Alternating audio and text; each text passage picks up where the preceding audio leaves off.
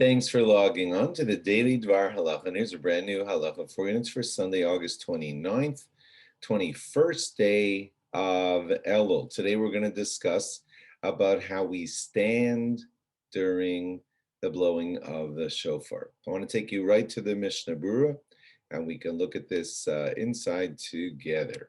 Okay, there are things I don't want to get too technical here, but there are things that are called kiyos to miyushav, the sitting tekiyos, and there are standing tekiyos. But look here where the Mishnah Berurah says, "Va'achshav nahagu hatzibur lamod kulam." Now the custom is for the entire congregation to stand.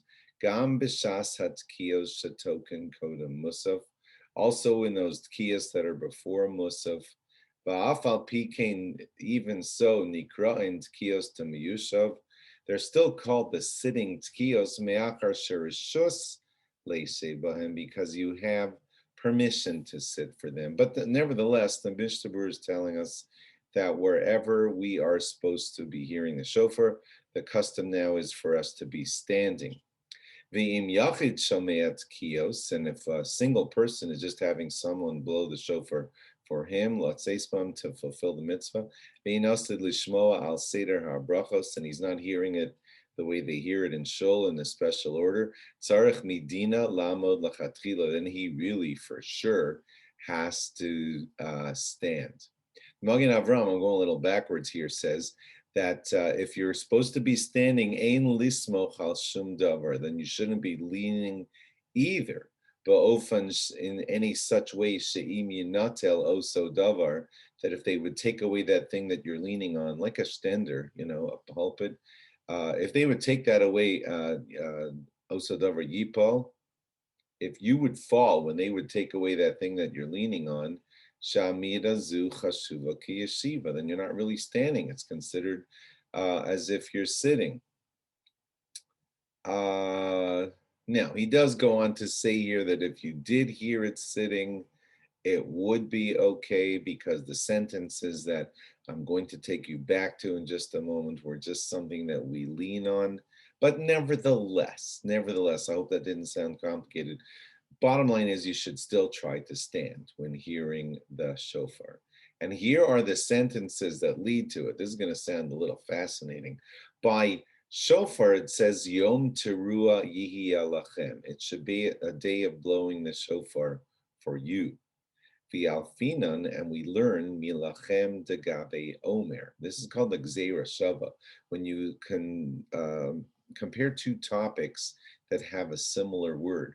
The word lachem is used here in referring to the shofar blowing.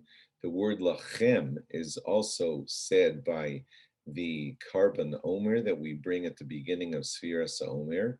And at Omer it says chermesh kama, and the Gemara says that word kama refers to or hints to koma, which means standing. Without getting too involved in this Gemara limud here, the gist of it still is saying that just like we stand for the Omer offering, we stand also for the day of the shofar blowing, which is also spoken about using that same word lachem that is used when describing the Omer. So I hope I haven't confused you. In summary, we compare, at least it's something that we lean on, a sentence that seems to imply that Omer is supposed to be done standing, and a similar word is used in referring to the shofar, so we do shofar while standing.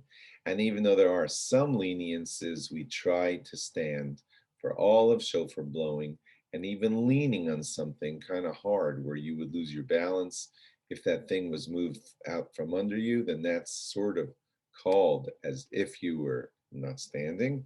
So bottom line, stand when hearing the shofar, stand while blowing the shofar, don't lean, and that's the best way to listen to the shofar. Thanks for logging on. Log on again tomorrow for more. Bye-bye.